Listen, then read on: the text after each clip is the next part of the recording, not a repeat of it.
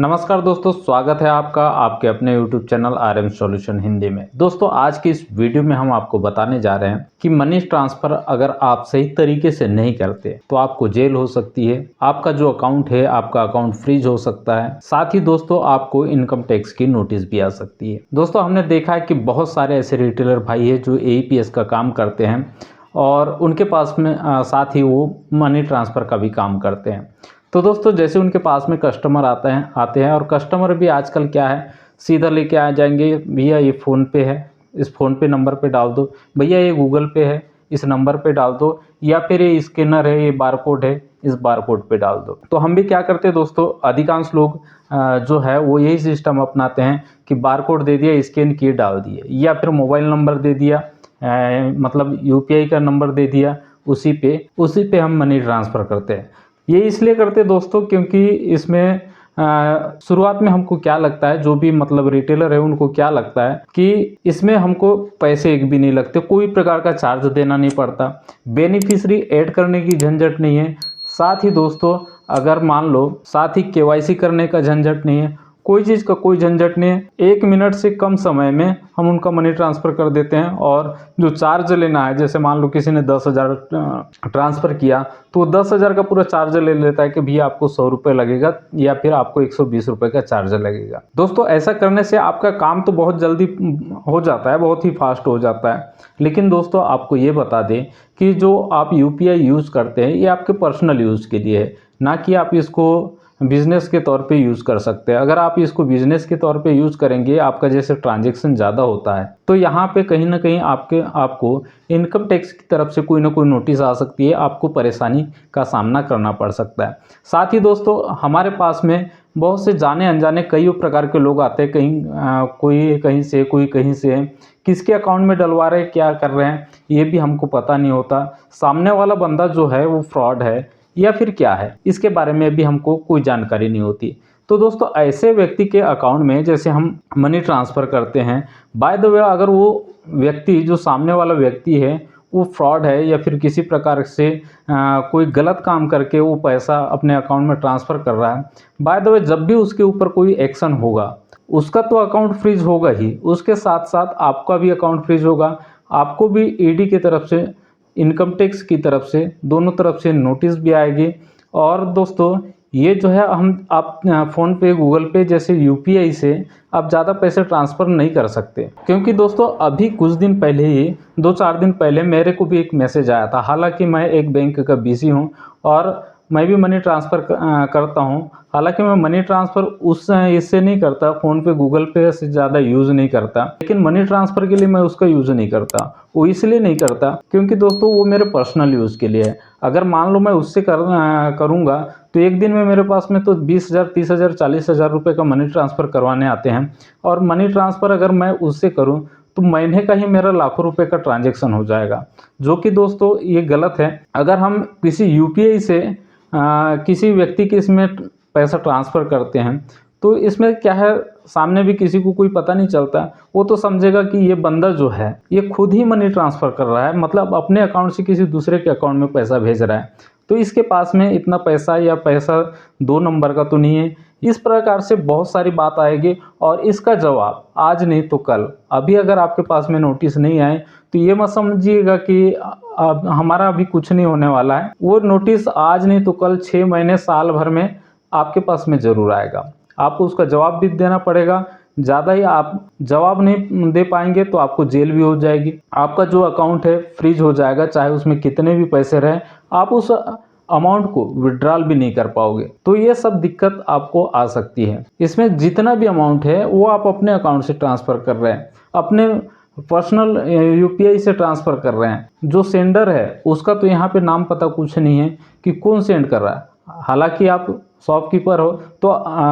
हालांकि आपके पास में मनी ट्रांसफ़र करने की ID है, आप वहाँ से मनी ट्रांसफ़र करते हैं। तो दोस्तों, यहाँ पे क्या होता है कि वहाँ से आप जैसे मनी ट्रांसफ़र करते हो, तो अभी मनी ट्रांसफ़र करने का भी सिस्टम थोड़ा सा चेंज हो चुका है। उसमें जो सेंडर है, यानी जो भेजने वाला पैसा, उसकी KYC होती है। तो दोस्तों, ये भी सिस्टम जब लाया है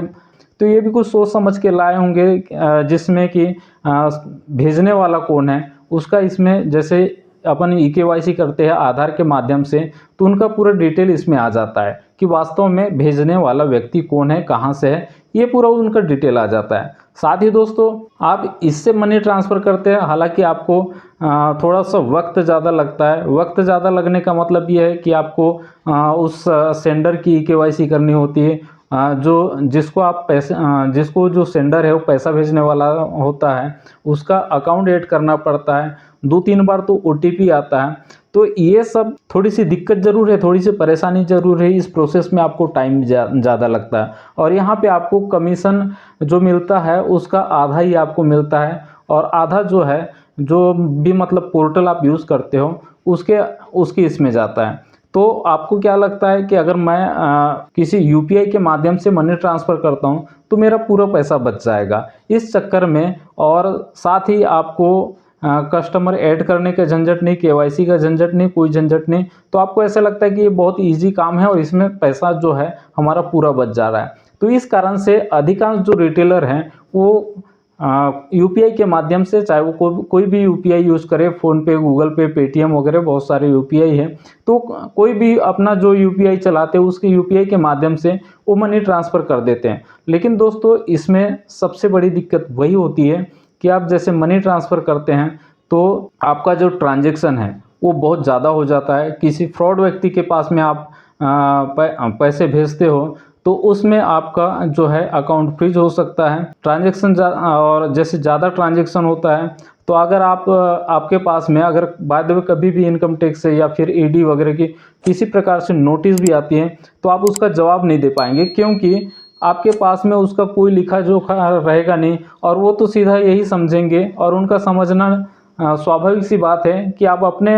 पर्सनल अकाउंट से उनको पैसे सेंड कर रहे हैं, तो वो पैसे कहीं ना कहीं आपके हैं और आपने उनको पैसे सेंड किए हैं, तो इसलिए जो भी एक्शन होगा वो आपके ऊपर होगा, ना कि जो भेजने वाला है वो तो पैसा भेजेगा और उसके बाद में वो निकल जाएगा। आपको ये भी नहीं मालूम रहेगा कि आप इतने सारे पैसे भेजे हो तो किसने कितना पैसा भेजा है, और आप ना ही उनको सामने लाके खड़े कर सकते हो, क्योंकि अगर आप मनी ट्रांसफ़र करते हैं, आपके पास में मनी ट्रांसफ़र की सर्विस है, तो उसके लिए कोई ना कोई पोर्टल ज़रूर होगा आपके पास में, तभी आप मनी ट्रांसफ़र कर पाएंगे। अगर आप अपने पर्सनल अकाउंट से या पर्सनल यूपीआई से मनी ट्रांसफ़र करते हैं तो आपको कहीं ना कहीं आज नहीं तो कल, ये निश्चित मान के चलिए, आज नहीं तो कल आपको जेल की हवा खानी पड़ सकती है। आज नहीं तो कल आपके पास में इनकम टैक्स की नोटिस ज़रूर आएगी, क्योंकि खुद मैं एक बैंक का बीसी हूँ, उसके बावजूद भी मेरे पास में भी मैसेज आया था कि अगर आप विदाउट केवाईसी के अगर किसी को भी मनी ट्रांसफ़र करते हैं तो उसके जिम्मेदार आप होंगे, आपका अकाउंट जो है वो फ्रीज हो जाएगा और उसके लिए हमारी कोई जवाबदारी नहीं होगी। तो दोस्तों अगर आप भी मनी ट्रांसफ़र करते हैं तो जैसे एक एग्जांपल बता रहा हूँ, मनी ट्रांसफ़र के लिए आप स्पाइस मनी, जो मेन खास पोर्टल जो मार्केट में ज़्यादा चल रहा है, जिसके बारे में मेरे को मालूम है उसका नाम बता दे रहा हूँ। चाहे आप मनी ट्रांसफ़र के लिए स्पाइस मनी, पे नियर बाय, रेली पे, रेपी पे, चाहे कोई भी पोर्टल यूज़ करते होंगे, सभी पोर्टल में आपको मनी ट्रांसफ़र या फिर डीएमटी का ऑप्शन दिया हुआ है। मनी ट्रांसफ़र और डीएमटी एक ही है, तो किसी में डीएमटी लिख के आता है और किसी में मनी ट्रांसफ़र लिख के आता है, तो आप उसका यूज कीजिए। उससे आप कितना भी मनी ट्रांसफ़र करेंगे दोस्तों तो आपको कोई परेशानी नहीं होगी, कोई तकलीफ नहीं होगी, क्योंकि उसमें जो सेंडर है उसका पूरा डिटेल रहता है, उसकी पूरी केवाईसी हुई रहती है। उसमें आप कितना भी लाखों रुपए भी भेज दोगे ना तो आपको कोई दिक्कत नहीं होगी। लेकिन दोस्तों अगर आप अपना पर्सनल अकाउंट यूज़ करते हैं या अपना पर्सनल यूपीआई आईडी यूज़ करते हैं और उससे पैसा ट्रांसफ़र करते हैं, जिससे आप समय बचाने के लिए और अपना कमीशन ज़्यादा बचाने के चक्कर में अगर आप ये सब काम करते हैं तो आज नहीं तो कल निश्चित तौर पे आपको दिक्कत का सामना करना पड़ेगा। तो दोस्तों आपको भी अगर ऐसी परेशानी से बचना है तो आप निश्चित रूप से जो अपना पोर्टल है, आप कोई भी पोर्टल यूज़ करते होंगे, मैं किसी पोर्टल का प्रचार प्रसार नहीं कर रहा हूँ, आप कोई भी पोर्टल यूज कर रहे होंगे, वहाँ पे मनी ट्रांसफ़र का ऑप्शन दिया हुआ है और वहीं के मनी ट्रांसफ़र के ऑप्शन से ही जा करके आप मनी ट्रांसफ़र करिए, जिससे कि भविष्य में आपको किसी प्रकार की दिक्कतों का सामना ना करना पड़े। यदि आप किसी धोखे से भी किसी फ्रॉड व्यक्ति के पास में आप मनी ट्रांसफ़र कर देते हैं तो जब भी उस आदमी के ऊपर एक्शन होगा तो उसका तो अकाउंट फ्रीज होगा, साथ ही साथ आपका भी अकाउंट फ्रीज होगा और आपको भी जेल की हवा खानी पड़ सकती है। आपका अकाउंट फ्रीज भी हो सकता है और आपको इनकम टैक्स की नोटिस भी आ सकती है। दोस्तों आज की वीडियो में बस इतना ही। वीडियो अच्छा लगा तो वीडियो को लाइक जरूर कीजिएगा। चैनल पर पहली बार आएँ तो चैनल को सब्सक्राइब कीजिएगा ताकि जब भी मेरा वीडियो अपलोड हो उसकी जानकारी सबसे पहले आप तक के पहुँचे। वीडियो देखने के लिए बहुत बहुत धन्यवाद। आपका दिन शुभ हो।